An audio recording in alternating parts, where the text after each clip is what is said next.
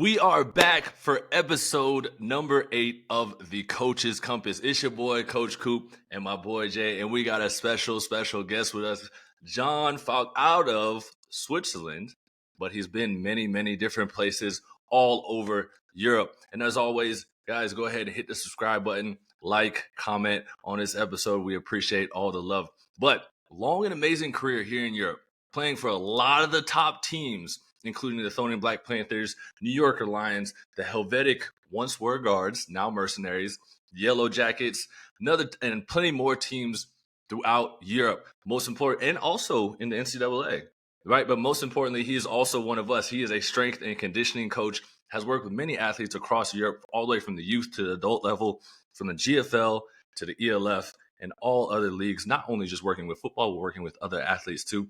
He is the owner of Pat Coaching. He just opened up his own gym in January. So 2024, January, my boy opened up his own gym. He is also coaching, not only playing, but coaching the linebackers with the Mercenaries, assisting the DC, and coaching a Division II team. That is a lot on the resume right there, right? That's pretty impressive to be able to coach, play, and also coach another team, and then also still be doing your own company, running your own gym. So welcome, John. It is a pleasure to have you on here. Thank you very much. It's a pleasure for myself to be with you out there. When you do that resume that way, it looks like it looks like way better than when I'm living that. It's like, it's amazing what I'm doing, and yeah, you make it great. It looks like a great guy you're describing right now. Man, hey, that's one of the careers I think a lot of people, want to go down and kind of see, especially coming over here to Europe and also getting a chance to play in America. But my first question for you is, man, what got you into football, and then what then sparked your interest to go into strength and conditioning? This is like you might find like funny. This is I didn't plan to start football at first. So I'm a ice hockey player. Switzerland, ice hockey is like a big thing. I mean, in the US as well, but as a small country, I would say like it's one of the top sport we have. And I was playing this when I was very young, and because of like we don't have like ice place everywhere in Switzerland, it was like far away from my parents, so I had to stop. And then when I reached like 20, 22, 23, I wanted to do something against with collision or impact as a sport. And I said, okay, I don't want to relay on other guys. So I'm going to do box, like English box, like the classic box. And I went to that training place, opened the door, introduced myself to the coach. And the guy said, well, we don't have space for a new guy. I went back and looked at on the field next to it, and there were guys playing American football. And I said, oh, damn, what am I going to do this? So that, that's the way I started football. So I was like 23 years old when I started football. 23 years old. 23 was the first time you played football. Yeah, exactly. But I'm a multi-sport guy. When I was young, I did like Right. 4 or 5 sports, all that stuff. And I think, you build some athletic qualities, then you can transfer on different sports. And probably hockey helped me with the collision part, and other sports, with playing, on the field with different people. And yeah, so that's the way I started. And then how I get into strength and conditioning is honestly back in 2015 when I started football in 2014, yeah, when I wanted to train because I saw it was like a physical sport. I was like, okay, who can help me? And no one could help me in Switzerland get like into the sports, at that point. The only player were doing some strength and conditioning was either bodybuilding or powerlifting or nothing. And I was like, well, I'm not sure that's the way to play American football. I guess those guys in NFL, they train for that. I mean, So I just go on internet and type, like at that time there were no Instagram, so that was just like YouTube, and I just type, okay, linebacker NFL workout, and I end up to see a workout from Patrick Willis and Ryan Cushing. And then I saw Ryan Cushing, and I say, well, that guy is a beast. And I mean, he played without a helmet sometimes, just like knock people down. And I was like, okay, I'm sure that guy know how to train. So I go back on Google and type Ryan Cushing workout plan. And then I ended up with Joe DeFranco, a strength and conditioning coach, Yeah. who just released a 12 weeks program of Ryan Cushing. And I said, okay, I'm going to do that for like the entire off season. Go back and forth the 12 weeks, sprinting, jumping, throwing stuff, lifting, learning that we need to do some plyo, unilateral stuff, and all that shit. And I said, okay, well, I did my first season and then get into the US. And after 1 year and a half, I had to go back in Europe. And when I get back in Europe, I say, damn, now I need to find a way to help those guys in Switzerland to train because we don't know how to train. So I did my certification with Joe DeFranco, and then I opened up the pack. So Joe DeFranco has been my first mentor in strength and conditioning for American football players. So that's the way I started football. That's the way I started strength and conditioning. So we go back to No, get it, Coop. yeah, like 2014, 2015. We're talking 10 years ago, and there were no strength and yeah. I know. Hey, for a lot of these kids right now, they're gonna look at this and be like, "You guys didn't have Instagram, like Yeah, what? Like you're yeah, you're going on you going on YouTube and stuff, looking up, but like." That's like there were no strength and conditioning coaches here that were like because I didn't come over here my first year until 2017, and it was still kind of like what you're talking about, people training like bodybuilders and doing powerlifting for American football. So that's wild to hear. Like even because 10 years is a big gap, right? But 10 years it's is still big. not. I mean, if you look at Yeah, NFL tape now from 10 years ago, it's yeah, I mean, the Giants were good at that point, so it's like far away. but that's crazy that like you went from ice hockey to put like trying to go into boxing to getting into American football and then getting to the States. How did that process work out to get to the States? I think it's a matter of opportunities you decide to seize or not. And back in the days, I was working in. I'm a Swiss guy. I played ice hockey and I was working in wealth management. Okay, so this is like I was really a Swiss guy, and so I was working in wealth management, living by the lake. So really a Swiss guy, classic guy, and we had like an import, a very good quarterback who played also in Austria, Anthony Gardner. He played also Badalona Drax. He played with Silverhawks in Ljubljana and get like some final in Austria. He was really good at that point and played D1 in Hawaii. And then he went to the school in Baldwin Wallace to finish his college years. And when I was playing with him, I was like, well, Swiss football is good, but I really want to try to challenge myself and go somewhere. And in 2015, the guys were talking about the New York Alliance, the Swarco Raiders, Schwäbische Unicorns, and I was, well, okay, I'm gonna type to those guys. So I texted a bunch of teams, and then the quarterback said, well, but why you don't want to play college? And I said, well, I'm 20, 23, 24. So, I mean, I'm done with school and stuff. I'm working. And he said, well, in NCAA, they don't care about the age. It's just like years of eligibility. And I said, okay, well, text your coach. So he texted the coach. He sent like a shitty highlight tape, like second division, like from the sideline stuff. And I was like, okay, Ground well, level. send it. I mean, we don't have like camera and stuff, so people were filming, barely filming, with low quality at that time, no HD, nothing like this. And then I received an email. Yeah, we watch your tape. I mean, you look athletic. Do you want to come and play for us? I said, well, can I get like a scholarship? He said, yeah, you can have like a international student scholarship and an athlete scholarship. So I said, okay.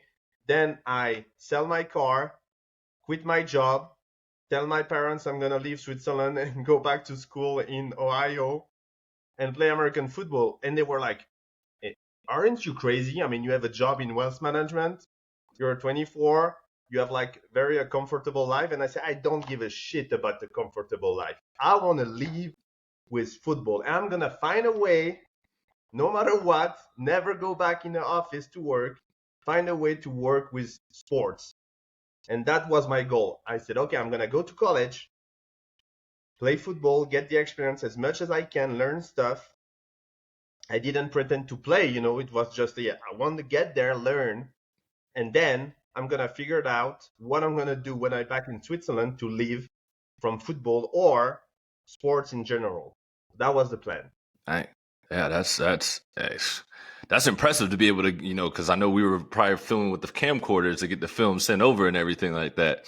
While you were over there, because obviously it's a little bit different how we treat football in the States. And obviously the strength and conditioning side is completely different than what you were used to over here.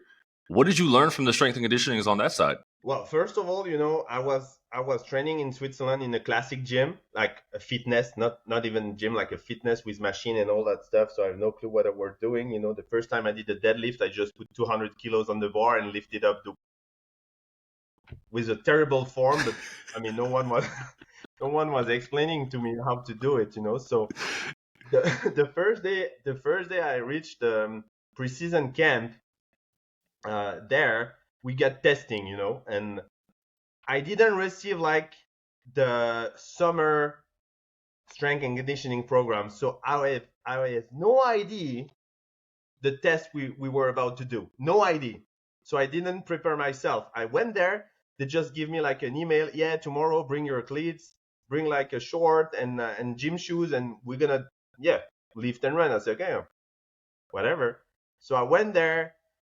We started with what they call the Stinger B. That was like a aerobic test. It was down from the end zone to the 10 yards back, 15 yards back, 30 yards back, 50 yards back, 30 opposite back, 15 opposite back, end zone and back in less than 2 minutes, something like this. And I was okay. Well, we started that way. I was like, well, that's hard because I never do it. We started that way.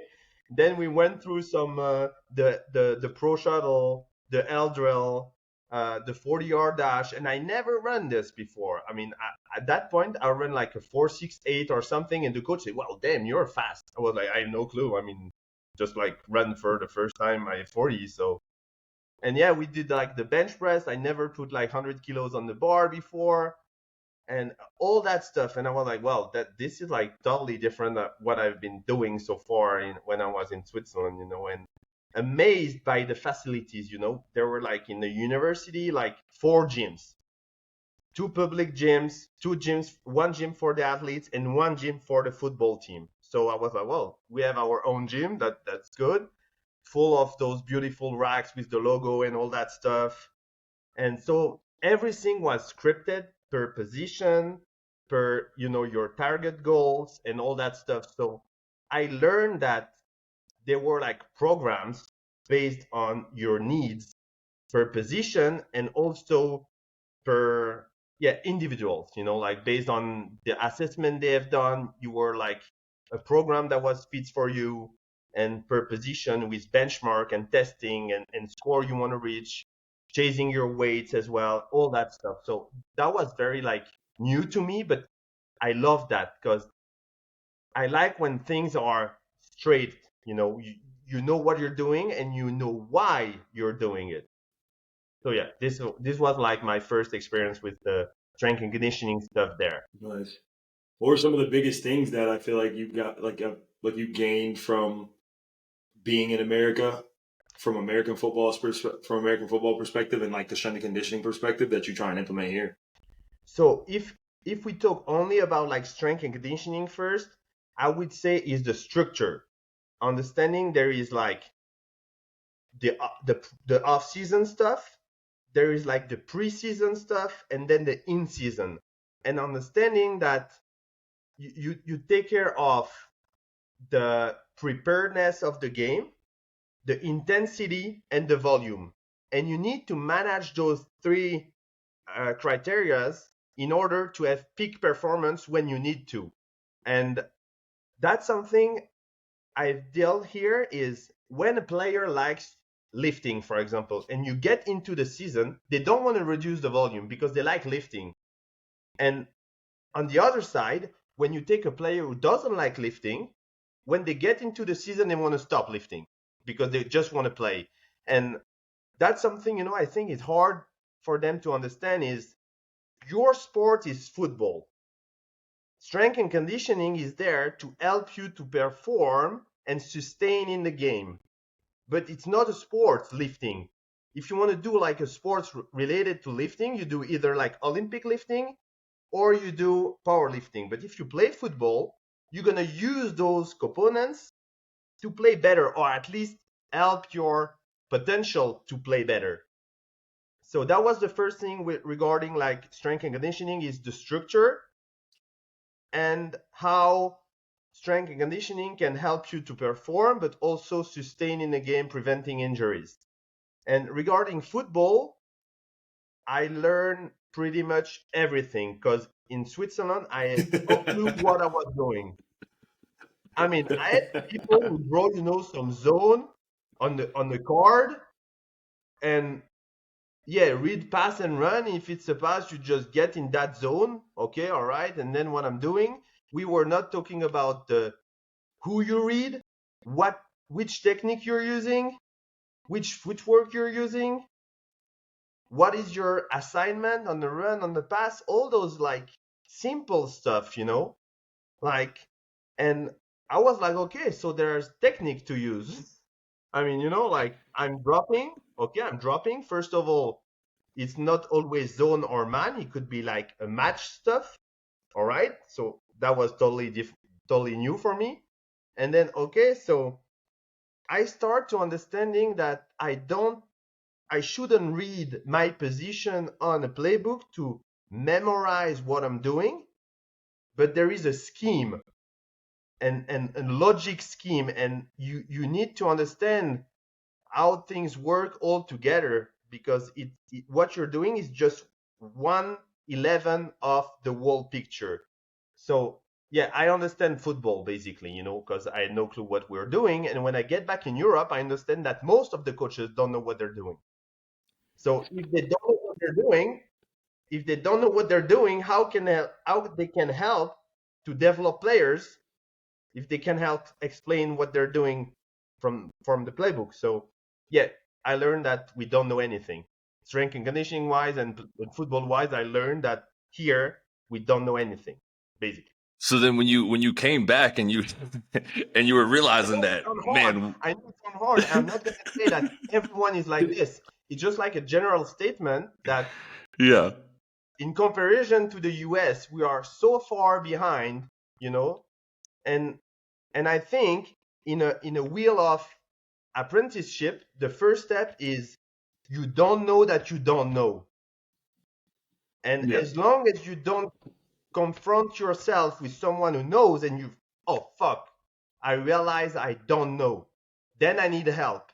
As long as you are stuck in the first step of I'm sure I know because I'm playing Madden and I'm winning in Madden, then that works. As long as you are in that mode, no one can help you. No one. And so you need to be ready to say, okay, you know what? I don't know, but I want to learn. So I'm going to find someone who knows how to do shit and he's going to teach me. And then I'm going to start to learn. And then when you master that, then you can teach. And I think it's a part of the process of learning is put your ego aside, and when you do this, then you're able to grow as a player, as a coach. And that was my first step when I started football. I was like, okay, I don't know how to train, and I know I don't know how to train. So I'm going to find someone who knows how to train, and I'm going to do it. And just trust that. And then I learn. I wanted to learn more, so I do a certification, and then I can teach. But if I was stuck in the first place, okay, you know what? I'm going to do biceps curl. I'm going to do bodybuilding shit. because I know that's the way to do it, I would have still right now stuck in that first place of I'm sure I know, but I don't know. Basically, That, that's this is my perspective. that's No, about that's huge. that's as real That's as it as gets real as it gets. because like we said, we came in from America, so we're seeing what's happening over here, and we're like, yo, like you, like that's not really supposed to be how you're training, to be an American football player. And we get what you're saying because I mean, Jay's been lucky, like we all know, been in the same place for 8 years, but obviously he's Yeah. seen some things. But I've had a career where I've been to multiple teams and I've seen, the coaching level and then the strength and conditioning level, and you're like, ooh, hold up, like that doesn't really fit in. But when you came back and you know now, right, like you've learned these things, how did you get teams to buy in and athletes to buy into what you were trying to do with strength and conditioning? So first, I would say I don't know, but I know more. This is the difference, I mean, we're always in a process of learning. So what I was doing like 3 years ago, it's not exactly the same I'm doing right now. I'm trying always to learn. I mean, from other guys like you, I watch what you're doing. I like some stuff. I say, oh, that's cool. I never do that. I try to learn, and I think that's the thing. It's never being satisfied of what you're doing as a player, as a coach, as whatever you do in life. If you are satisfied, you're dead, basically. And so that's what I think, successful people, doesn't matter if you're doing like artistic stuff, entrepreneur stuff, or sports stuff. You need to understand that what you know is never enough and things change. And so the buy-in process is, for example, when I look at European players and American players, the first thing I noticed is the speed.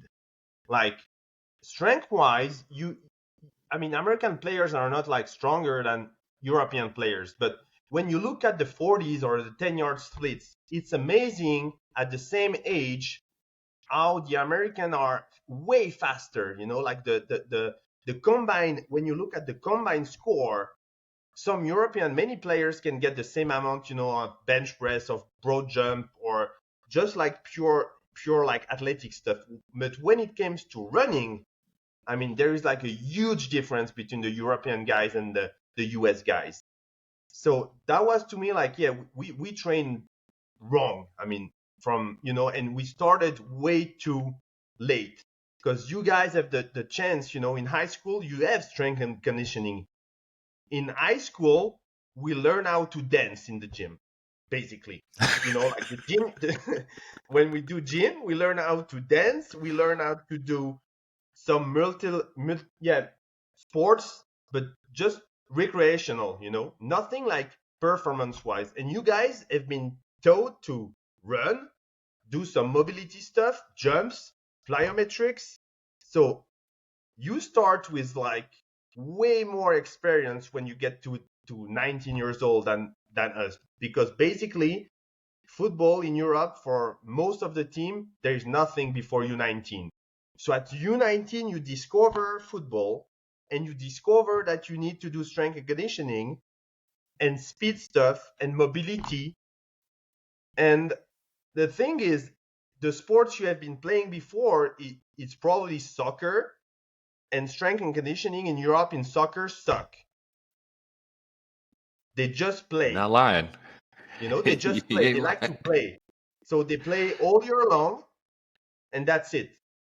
So the level of speed is that way. And so to answer your question, that was how can I get guys buying? When I started my program, I just wanted to have like 10 clients, to be honest. I was like, well, I'm gonna do this, get some more money aside, and I said, okay, I'm gonna try to find 10 to 15 ambassadors in Europe. They want to receive a free program, and they just show what I'm doing with them.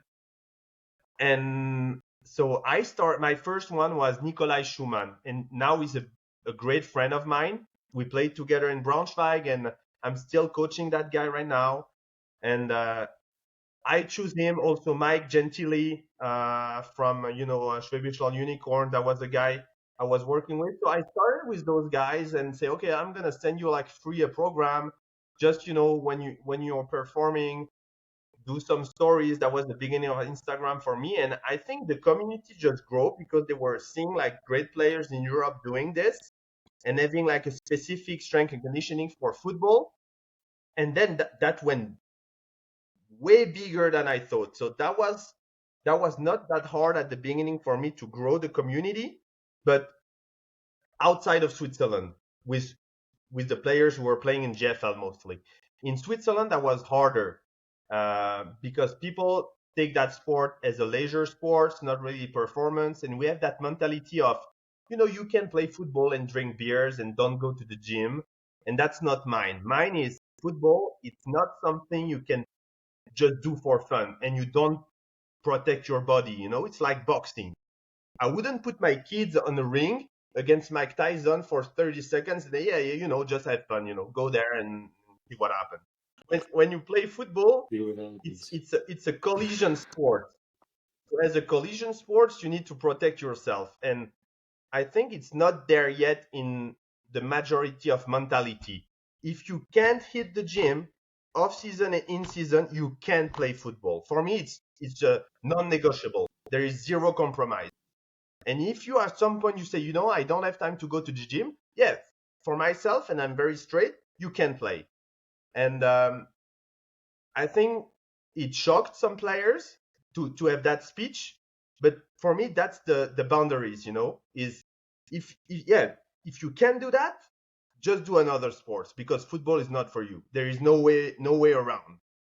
And so right now, I think I started to change the mentality in some clubs in Switzerland, and they understand this because I'm part of the Swiss national team. So I have introduced, some benchmark stuff and the way to work out, and with some years also in the industry, people, they've started to see you guys posting programs, myself posting program, and at some point, if you're a player and you're like, well, I'm still not doing like strength and conditioning, but all those guys are doing, I'm probably wrong.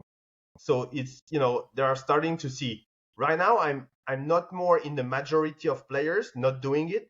I'm in the minority of players not doing it. So I'm wrong. But years ago, when when I was starting to do this, only a minority of players were buying into the program. So all the majority of the players were probably thinking, what I'm doing is enough because all the other guys are doing the same as myself. And now I think things are changing with all the guys, all the good coaches we start to have in Europe, as I said, like you guys, and people just need to open their eyes. If they are not doing it, they are wrong. Ah, I sheesh. don't know what you I think, mean, guys. That's my nah. perspective. I know from my side, I completely agree. It's just it's always it's refreshing to hear a European come over and kind of give the guys the mindset and let them know that hey, if you're not going to hit the gym, this isn't the sport for you, right? Like just flat out say that because I say in Europe it's a little more cushy um, to how we treat American football because, like you said, it was a leisure sport before. It wasn't until Yeah. the ELF came around that everybody now is kind of treated. That's in the ELF is treated like professional. So that part has kind of changed the game a little bit. But before, like you said, it was leisure, so guys just felt like you could take it as a leisure, as a hobby, and just hey, I just show up to practice, I put my pads on, and yeah, I'm a football player, right? But there's so many other little parts that come into it that it's like I said, it's refreshing to hear a guy come in and just like, hey, like you got to do this if you want to be good at what you're doing, and also just to put respect on the game, Yeah, because the exactly. game of Respect. football teaches you so much. Exactly. Yeah, I like that. No, yeah, Respect the game. totally. Oh no, and also a lot of respect too for you, just like having a great perspective on just like you saying, knowing what you don't know and actively going out and searching for information. Like dropping in what you had here in Switzerland and going to America to, obviously for that opportunity, but searching for information and having direction on, okay, let me look for Patrick Willis and that leading you to James DeFranco and a great mentor in that, and because I feel like a lot of people are very, stuck in their mindset and things that they do, especially I've noticed it here just with my team, some players here, but like, a lot of guys are stuck in their ways and don't really feel like asking questions. But no, yeah, being open-minded like you were and knowing that you don't know what you don't know, but actively trying to change that. Yeah. That's huge, especially in our I field. think, and I've read some stuff lately that was like, if you can put like, invest in yourself for your sports, probably it's not a priority. And there are, like words and action. And I see a lot of players, they want to go in the NFL, they want to go in college, they see the results, they just see the results, on Instagram, like all those guys with the likes, with the fame and all that stuff. And when you ask them, hey, can you put like 40 euros a month in a program? And they're telling you, no, I can't afford that. I mean, but they have like an iPhone of 1K euros, And those guys, I'm like, well, so it's not that you can afford. It's just like you can match your words with your actions. Because, I mean, right now you can find some affordable, strength and conditioning that were way much better than doing nothing for pretty much like a low price. And I think right now with that generation of distractions, they've probably, lose the sight of purpose. And Yep. our generation were not into social media. So when we were doing something, that was only for us. Right now, I'm pretty sure some of those guys, even if they are not like understanding this, but they are not doing for them. They are doing for recognition from others people, like having picture with shoulder pads, and a face mask and your eye shield and all that stuff, the sleeve and all that stuff. So you can pretend that you're a football player, but you're not putting the action to become a football player. And that's something I have a real problem with this, is when you're not matching your words with concrete actions, And it's Yep. not a lack of opportunity, like when I see you guys, I mean, you both have been running Speed Academy. You in Denmark, you're doing in Stuttgart, and I'm doing this in Switzerland. Some I'm doing, there is A3 in France is doing this with the Musketeers and all that stuff. So guys have opportunities to run like programs and get better at what they're doing, but they just like feels, well, that's too much for me. But I still pretending that football is everything for me in my life, which is wrong. And I have like a real problem with this lack of coherency. Like it's just like, yeah, you're saying something, but when I look at your action, it's totally different. Yeah, for sure.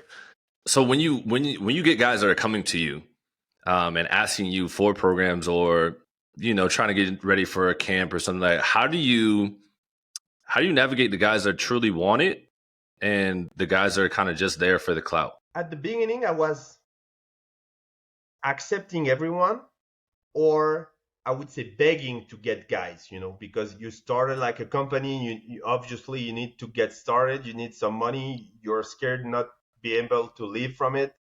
And then I realized, I don't want to work with everyone. I mean, I want to make sure that the guys that will work with me, they're gonna invest into it, because I'm gonna invest with my players. When someone starts with me, it's like a partnership. I'm coaching him, so I'm gonna invest time to make sure I will do everything impossible to get him to his goals and beyond. And when you put so much energy and the guy don't give a shit, it's very frustrating, right? I mean, I'm sure you guys have been experienced this as well. You're like, yeah, I'm gonna give my best, I'm gonna adapt the plan, I'm gonna text him, I'm gonna correct him, I do as much as I can, and that guy just like, oh, I keep forgetting to go to the gym, I forget to film, I forget to send the feedback, I didn't tell you that I'm gonna have like a game next week, I didn't tell you I get injured. And you feel like, well, the guy is not giving, like what you deserve, like for your investment. And I reached a point and said, okay, now I'm gonna change the way a player starts with me. So at first I introduced like they need to fill like a Google form, a Google Doc, where there are like, I wouldn't lie, 12 to 10 box they need to tick, like what I'm expecting from them to do. And it's like, if I want to gain speed, for example, I need to find a way to get to a field, because I cannot like magically, build a field next to his apartment. So he need to find a place he can sprint, right? Also, like, he's responsible to give me a feedback by Saturday 12 o'clock. If he doesn't give me a feedback, he doesn't get a plan. And so he tick those boxes. And at the end of those boxes, there are also, he understand that he need to commit for 4 months, because I need to make sure that guy is committed. And I need like a first month to assess the guy, understand how he's working, get us to know each other, and get some results in between 12 to 16 weeks. And if a guy is like, well, I'm not sure, I'm going to just do 1 month, I will say, you know what, just buy a program on the internet, do your stuff. I'm not going to like start to invest myself in you. And I don't know if you want it. If you want it, you know it. Like, I love it. if you can say yes, it's a clear no, basically, to me, right now. So I reached that point, or you want to work with me, you can trust that I'm going to do my best, but I need like at least a commitment. And the last thing, I make sure I start directly with them with some discipline and accountability, I make sure that when a guy is going, like he's losing his track, like he give me his goals, he tick those boxes, and as soon as he go away from this, I took a screenshot of what he wrote and say, yeah, you know what? That's your words, that's not mine. So you know what you have been expected, and you're not doing it. So why should I keep sending you a program? So I make sure, to be a bit harder on those guys that what they have been used. Because right now, every time you speak straight to someone, it takes it bad. Like, it's like an offense. Like, oh shit, someone, is arguing with me, and they are starting to make excuses. And I don't have time for excuses. Either you do it or you didn't do it. The reason why you didn't do it, I don't give a shit. You just like basically didn't do it, I mean, and when you're telling me you don't have time, just leave my life for a week.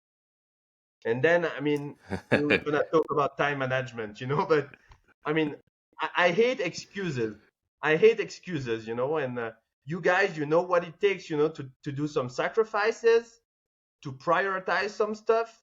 So we all have like 24 hours in a day. We all have like 7 days in a week, and we choose how we use it. So yeah, I try to really be like hard a little bit, but it's just to make them understand they need like a structure. And without a structure, they won't achieve anything. I don't know I how love you that. guys handling this. Maybe I'm crazy, and now you're laughing because I'm a bit like a crazy guy. I don't really do online programming as much, but I love like how you already like you kind of you set a market for these athletes and let them know like there's a certain level of accountability and discipline that that if you can't fall within these lines, I don't need your money. Yeah. It's just like there's a certain investment that you're willing to put into these athletes, and that I'm not here to collect cash. Like I'm here to provide a certain value, and I love that. Yeah. Yeah, I think the same exact thing. Like I was in the same boat and kind of in the same boat as you. We started off with the online programming kind of around the same time, and it was the same thing for me. Like when you start out, you're like, all right, I need to go a whole bunch of athletes, right? So I can kind of make my money and break even and be able to pay my bills. But then you get to a point where it's like, man, why? Because time is money, right? Why am I investing all this time and like really trying to make you better when you're just looking for a month program? And we all know nothing like, yeah, something's going to change in a month, but not where you want to actually be at. Right. Yeah. So I got to the same point where it was like, hey guys, like I need your commitment for this 4 to 6 months to really see improvement and be able to track things. But I also need you to be just as bought in as I am, because if you fill out that form and tell me that, hey, I want to get to a certain number of 40 time, or I want to go play in the States, or I want to go play in the ELF. Like that to me is like, all right, I've got to do everything I can to put you in the best situation. I'm not going to promise you that it's going to happen, right? But can we put you in the best spot, in the best predicament to be able to get there? I mean, we can't do that if you're not as bought in as I'm bought in, like you said. So it's really cool to hear. Like I said, it's refreshing to hear a European guy say all this stuff, but also alongside that, like you're doing it with individual guys, but you're also doing it with teams.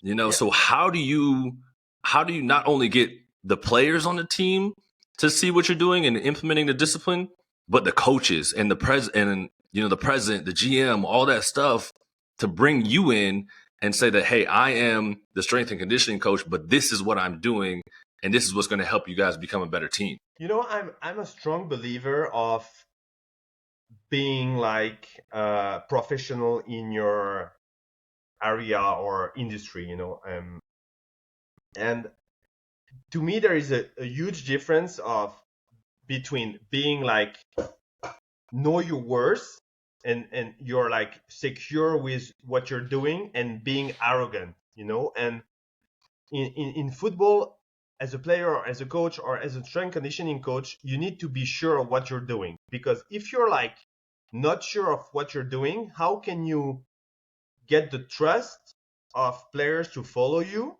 or the organization to follow you? And some of it came with results, right? As a strength coach, if your athletes don't get results, who want to work with you? So I think our best like marketing is always, showing the result of the athletes, the way they like, maybe the way you're coaching, their improvement of performances or getting back from injuries. And as a coach is the record you have been with some teams, and references as well, from other guys that have been working with you. So to me, all those things are like linked to each other. And right now I'm in a spot, sometimes it's difficult because I'm still playing, I'm coaching, and I'm strength and conditioning coach. So I manage like different stuff.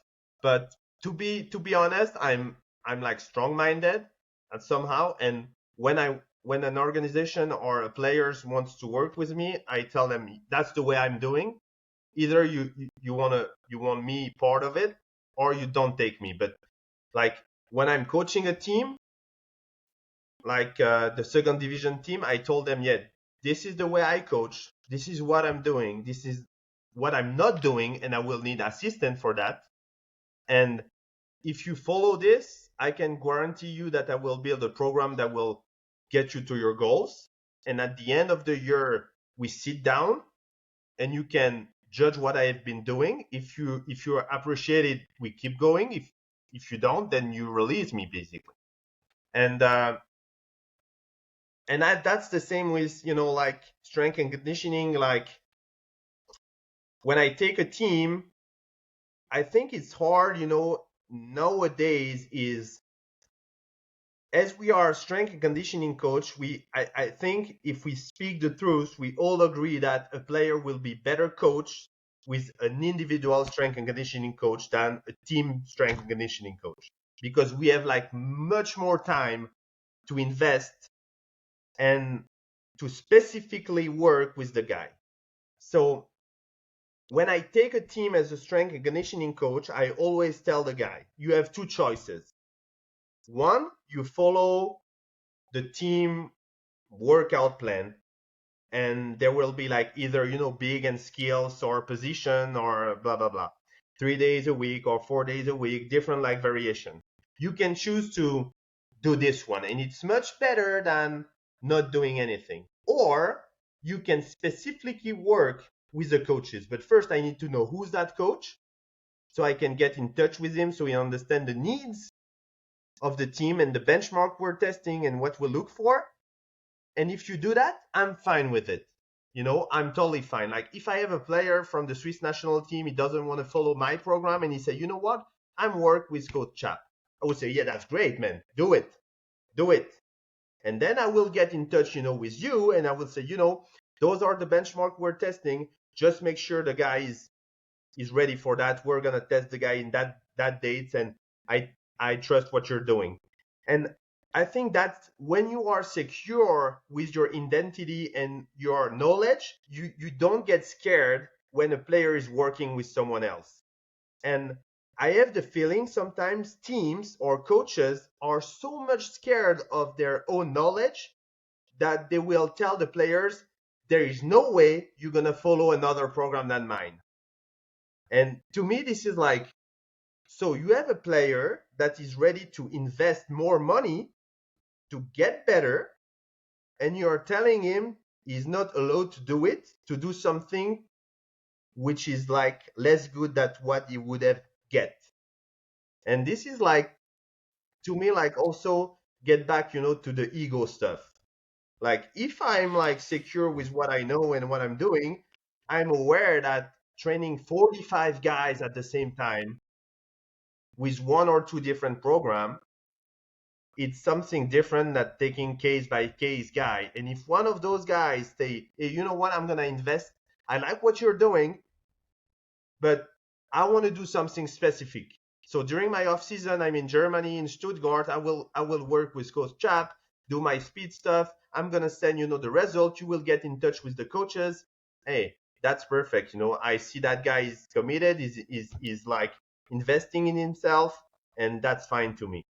So yeah, it's to briefly answer your question. I think you need to know your worth, not being arrogant, and then you set the standards you want, you set the goals you want to reach as a strength coach, as a coaches, as a players, and you do whatever it takes to reach those goals. That might hit a nerve for some strength coaches out there that hears that. I know, and not not only strength coaches gonna hit some nerves for some organizations just in general.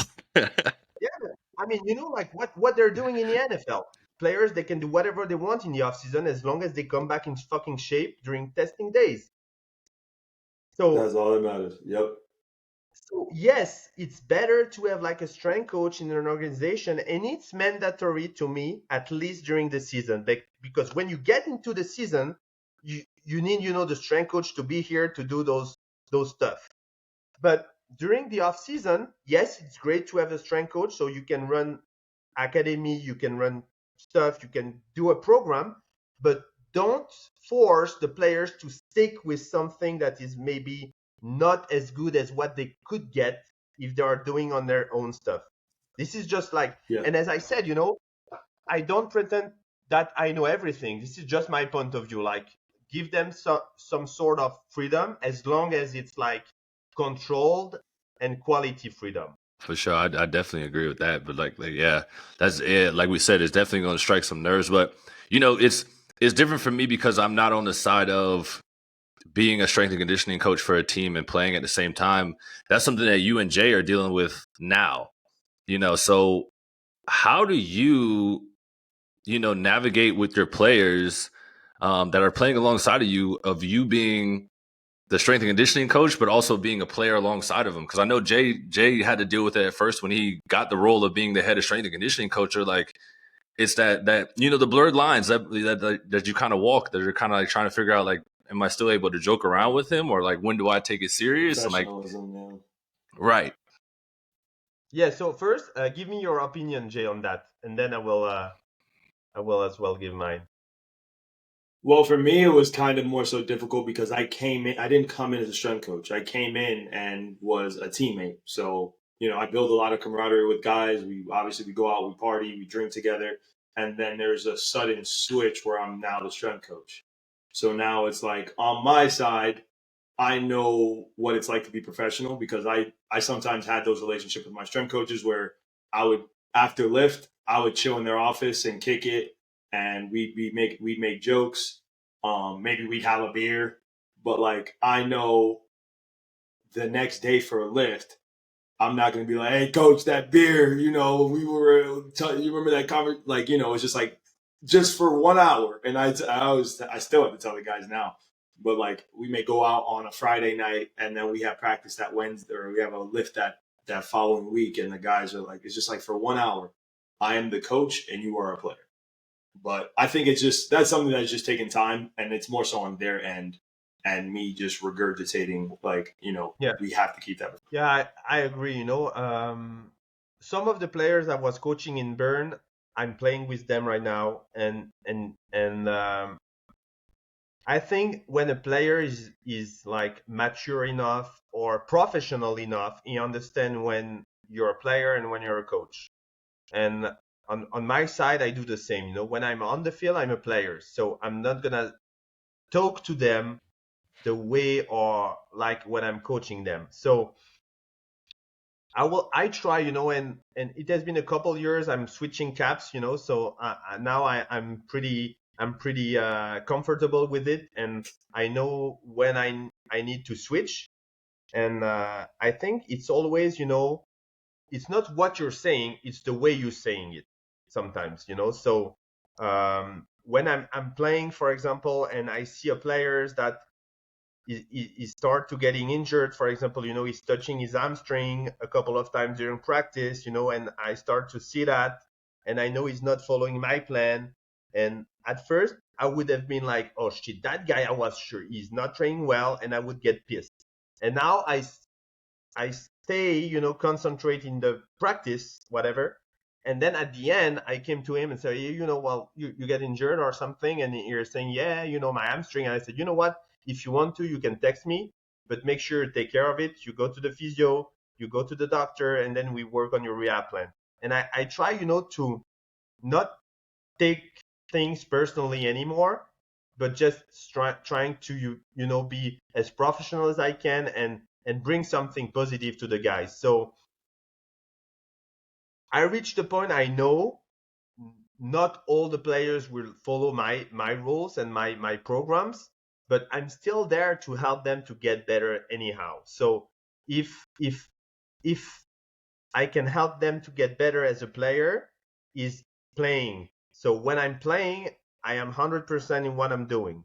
And when the practice is done, I can choose which cap I have, If I have a coaching meeting with the coaches and assist those guys, I will be a coach and not a player. And then when a player texts me for strength and conditioning coach, I'm going to be the strength and conditioning coach. And the players understand that I can be those guys, and the hardest part is not mixed in them, so if you have like an argument with a player as a player on the field, and then that player as an issue as a strength coach, I shouldn't report that argument back into the strength and conditioning stuff. I should just say, okay, well, that's totally different person. This is a new guy coming with an issue, and I will treat that issue as a strength coach. And when I'm on the field, I'm a player. If I have an issue with someone, it's just like a playing issue. It's not like a personal issue. It's just like something based on the field. I wanted to ask you real quick, what do those benchmarks and metrics look like that you kind of just to dive down into that just a little bit look like for your athletes on where you need them to be before the season starts, or like goals that you have these teams, I guess, base your performance off of?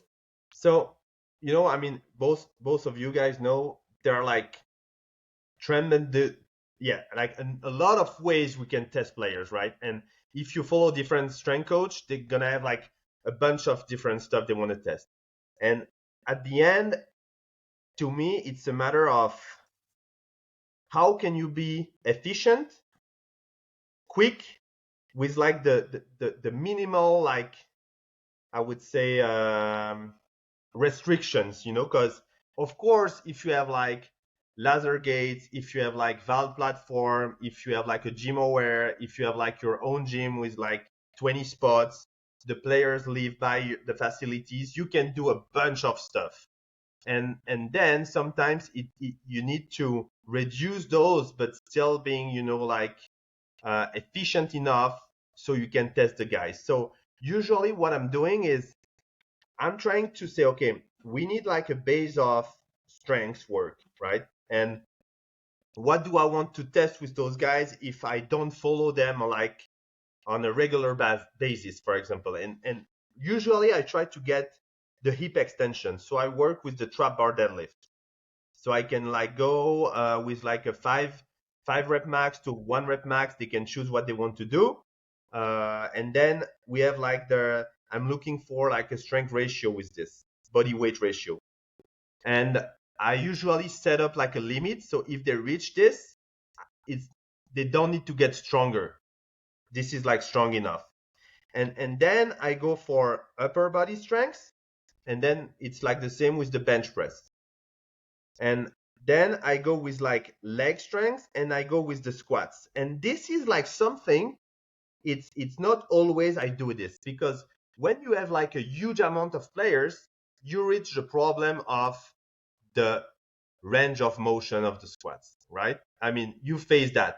Is like if you ask the players to reach a certain depth, 30% of those guys won't reach that depth no matter what. And you have to deal, oh, they are strong enough. Is it like a mobility issue, or just like because their ego, they want to increase the weight and then stop going low enough? So either I do box squat and I set up like a height with this, or if I follow them like really closely, we set up some proper foundation, and then when we validate the form, they increase the weight. So if I have to select like strength tests, those are gonna be the strength tests. Then I also have some power tests. And with the power test, I choose always to have like a vert jump. And the vert jump, I can choose, a vertec, if we have a vertec, for example, if we want to do something like close to the combine, or we can use the valve platform, and I can choose, it could be like free arms or just like only like a counter movement jump with hands on the hips. It depends the data you want to analyze, because obviously with other sports you have more data with the hands on the hips, especially with valve, for example. So this is like, yeah, vert jump, broad jump, this is for sure. I do this. And sometimes I try also to test some unilateral stuff. So I do some single leg broad jump, so then I can check if there is any disbalances between jumps. I do also a single leg rotational jump. This is more for hockey player to see, those lateral power development, or baseball athletes as well. I do this. Power also, depending on the experience of the player, I work with the clean or power clean. But this is like, not so many players in Europe are familiar with Olympic lifting. So I try to select the players I want to work with this. It's not like something I spend too much time teaching when I have only like 12 or 16 weeks with someone. And then I have the speed stuff. And on the speed stuff, usually I have two things. There is like the code, change of direction, and linear speed. So on the code, obviously I'm checking the shuttle stuff, and based on position, especially defensive guys, I'm trying to teach to coach and measure the trick-on drill, so the L drill. And on if I take like, for example, a hockey player or basketball player, I'm checking a short pro shuttle 363 only on shuffle. So it's only like lateral. There is no like sprints. It's just like shuffle 3, shuffle 6, shuffle 3. So basketball and hockey player. And linear stuff, I test 10 yards, and I only test the 40 yards when I'm training players for combine, because when I only have like 12 weeks or 16 weeks with a team, or I only manage them, remote coaching wise. For example, the Swiss national team, I don't follow them through the year. They just come for testing. We have like a bunch of weeks. You can be sure if you test the 40s, you will lose 2 guys with hamstring. So, that boy banged his hand on the table. He done dealt with it. Do you agree with this, or? Totally. 100%. I don't even let my guys do. I don't even let some of these guys do 30s. The 40s, we're gonna test the 40s, and those guys never run, and they come, and oh shit, you know what? I pulled my hamstring. Oh, what a surprise! So I like to test the 10 yards for sure, and then if I'm building someone and I know I have time, and he's doing some flying test, he's doing some max speed stuff, and we're sure is ready to run, those 40s, then I will run the 40s. But I really like some flying tests, like 10 to 30 or 10 to 20, and I think so I can check the max velocity they can get there. I really like this. So yeah, these are like all the tests I have, but that doesn't mean like a player will go through all those tests, right? It's just like a bunch of tests I have and I can use when I want to.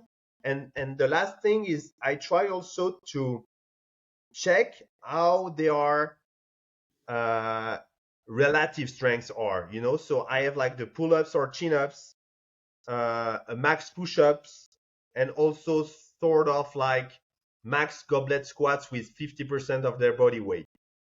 And this is just like sometimes I do this so I can check if there is an issue with their relative strengths. Because if an athlete is like lacking this, then we need to correct that like at first.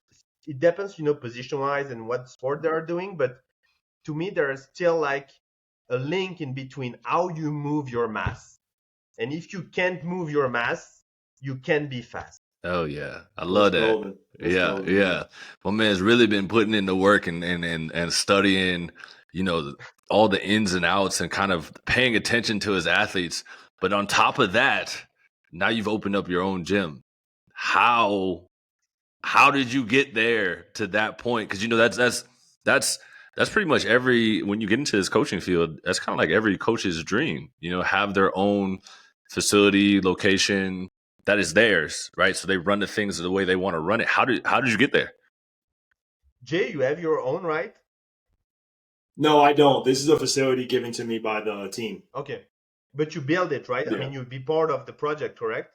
Well, the first strength coach that came here, I don't know. I can't even take any credit for that. He laid out the blueprint through like whatever app it was that he had on his computer. He laid out the blueprint. He went out and searched for the sponsorships to get all the hammer strength materials. But no, that was all on him. Okay. Shout out to Nick fam for that. Yeah. Because I saw that a couple of years ago. I was like, damn, that guy is putting the work as well. He's doing the great stuff. And so, yeah, everyone, when we're working in that industry, we want to get our gym with our like philosophy and stuff. I mean, that's the unofficial like invitation for you guys. If you came in Switzerland, you come by to my gym. We will have a session together. Say less. You already know we're pulling up now. Yeah, you know what? Come here and coach for the mercenaries. Okay, this is an open invitation. If you want to come and coach for the mercenaries, all right. Joke aside, this feels great because my identity started with a joke when I was coaching the Tonon Black Panthers. Like I put a story and I said, yeah, that's a great day in the zoo. And the reason why behind this was when you look at a football team, you have like a bunch of different like shape as players, right? You have like small guys, fast guys, agile guys, like heavier guys, strong guys, tall guys. Yeah, and they look like different animals, right? And so I put that up, and then every players were starting to say, I want to be part of the zoo. Can I join the zoo? And all that stuff. So when I built my gym, there is like a huge, like 10 meters length and 5 meters height bear in Yosemite Park, like a huge landscape of this. Because I'm linked with the bear because of the logo, of course, and the Yosemite Park is my favorite place on earth. So I decided to build that, and I kept that, like industrial like gym style. So everything is gray and black and brute, So uh, I feel great because it feels like home. This is my place. This is totally like built like the way I wanted to. I can do everything, because when you work in the gym, sometimes you're missing something. Oh, that would be great if I have, a gym aware. That would be great if I have like a Swiss bar. That would be great if I can do Olympic lifting. And then you always have to deal with the situation and the facilities you're working in. So I decided at some point that I was working in an amazing gym in Switzerland that was like 2,000 meters square gym. They were like an indoor hockey shot place. They were like a 40s track and field sprinting lane. We had a bunch of stuff. Pretty much all my athletes were working there, but it wasn't my place. We always had the feeling we get there and and people were looking at us sometimes because we were doing some noises. There were physio working and we took a lot of place. We were jumping, sprinting, throwing stuff. And when you get 10 guys, American football players working with back squat and chain, throwing balls against the wall, joking around, jumping and sprinting, this is like for people weird, because they're like, what the fuck are they doing? Like why they are like moving around, throwing stuff, yelling, So, and I was like, well, that would be great if I have my own place somehow. And also, it's easy to be an online strength coach, right? I mean, everyone can do it. You go, you build a program, you do a fancy marketing, and you say, you know what, I'm a strength coach. But when you add a gym to it, that builds some credibility. Like, oh shit, when you invest in the gym, it's much more than just like selling plans. And I wanted as much as I can to dissociate myself with selling something. I'm not selling plan, I'm coaching people. And we talked about this with Jay right before. Where I don't want to sell something, I want to coach someone. And that's a big difference to me. And the gym is not only like my place, it's like a sanctuary for my athletes. They know that place is their home as well. So when they enter here, they feel home. They know, they're everything, so they can perform and they can leave everything, aside outside of the gym. So I decided to open it this year because last year I signed a contract for a youth hockey program, 300 kids, summer off ice. It's like 8 to 12 weeks in Switzerland, and I was training 15 sessions a week, U13, U15, U17s.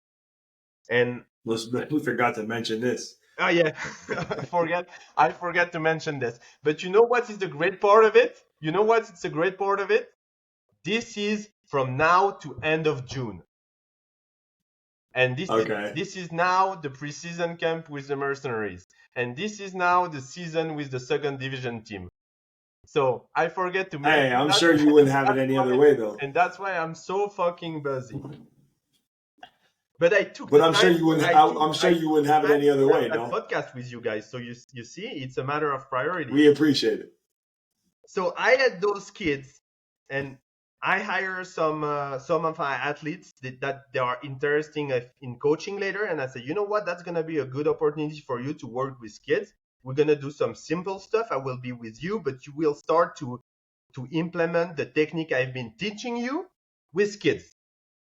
And we were moving around 6 or 7 places per week, because like renting a gym to get those kids to train them. And we were, like in regular like school gym, so no equipment, or on the parking slot, no equipment. And I was like, well, if I do it again next year, I will find somewhere we can actually, train them and do some like quality stuff, because I had the feeling I was just sometimes, occupy them somehow. So we do stuff, but it's not like the best way we can do it. And when I signed again that contract this year, I said, okay, Dave, I need a gym close by so we can start to build a culture. So they know that from the U13 to the U20, there will be a progression of speed, a progression of power, a progression of learning the movement pattern. So when they reach that U20, they are fucking athletes. They are not in the learning process anymore. And I needed to start working with the U13 so I can introduce mobility.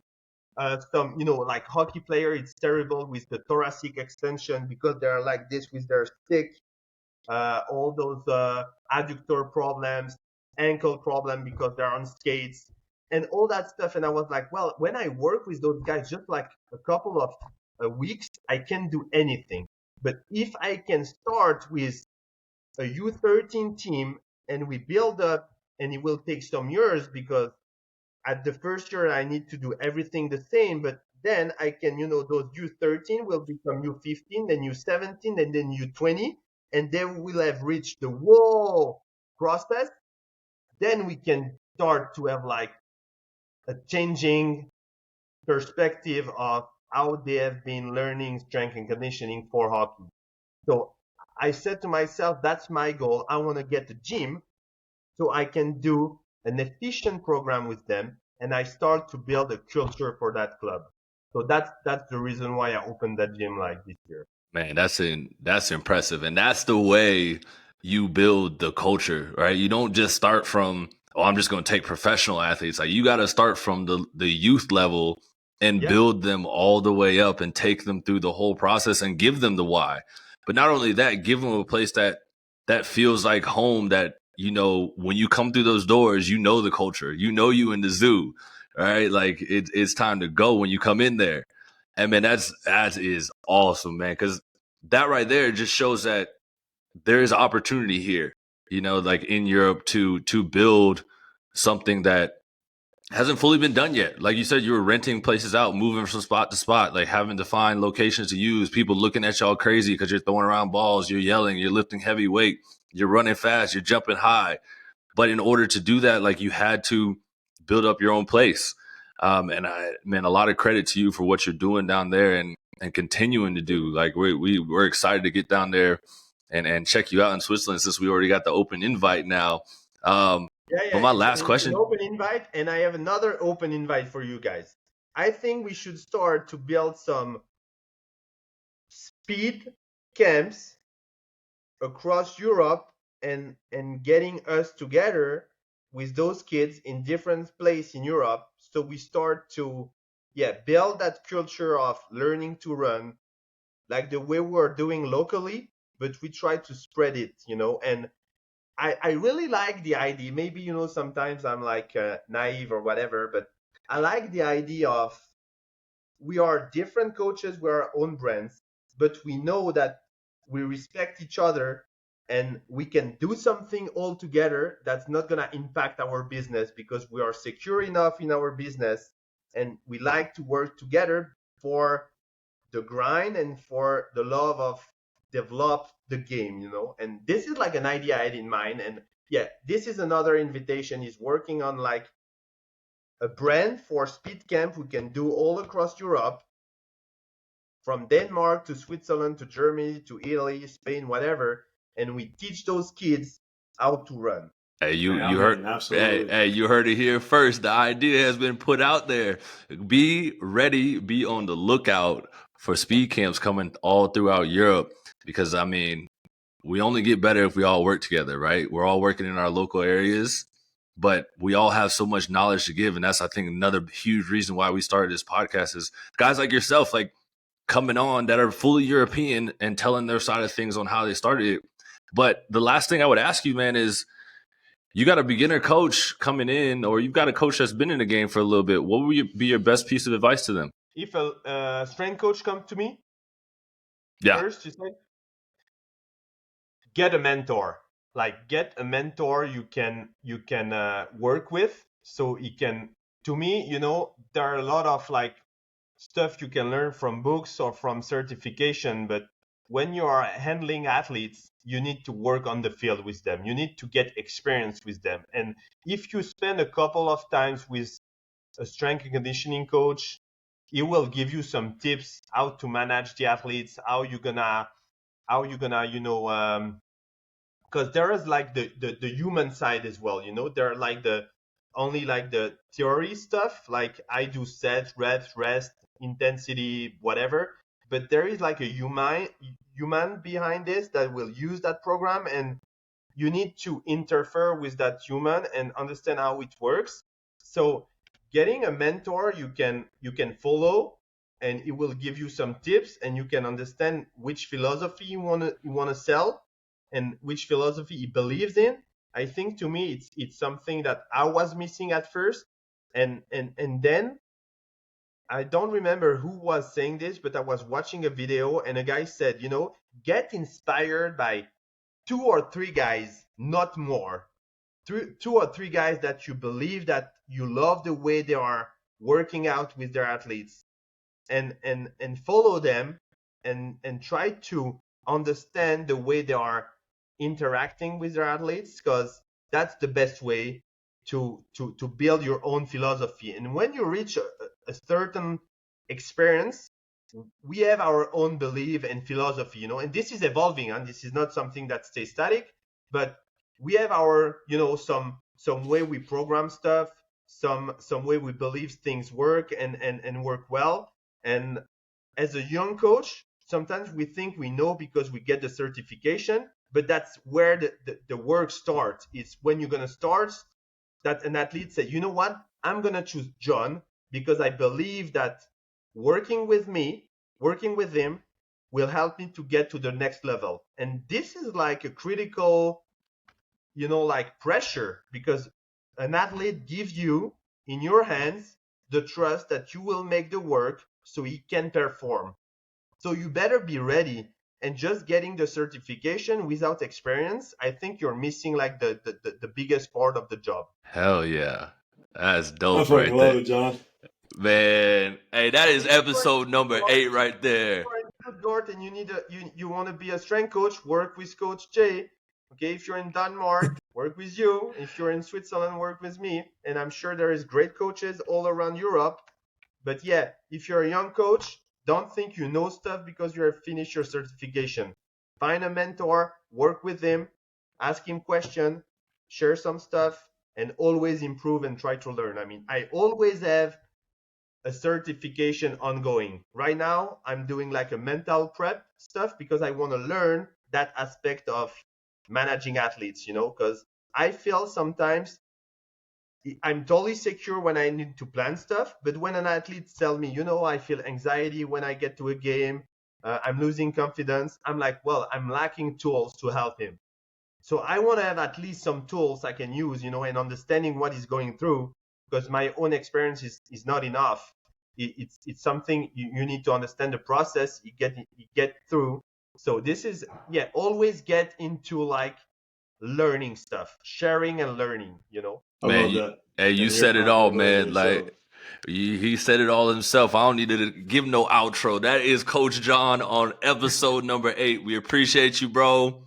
Thank you, And we guys. can't wait to come down and check you out, bro. Yeah, sure. Let's get in touch, Code.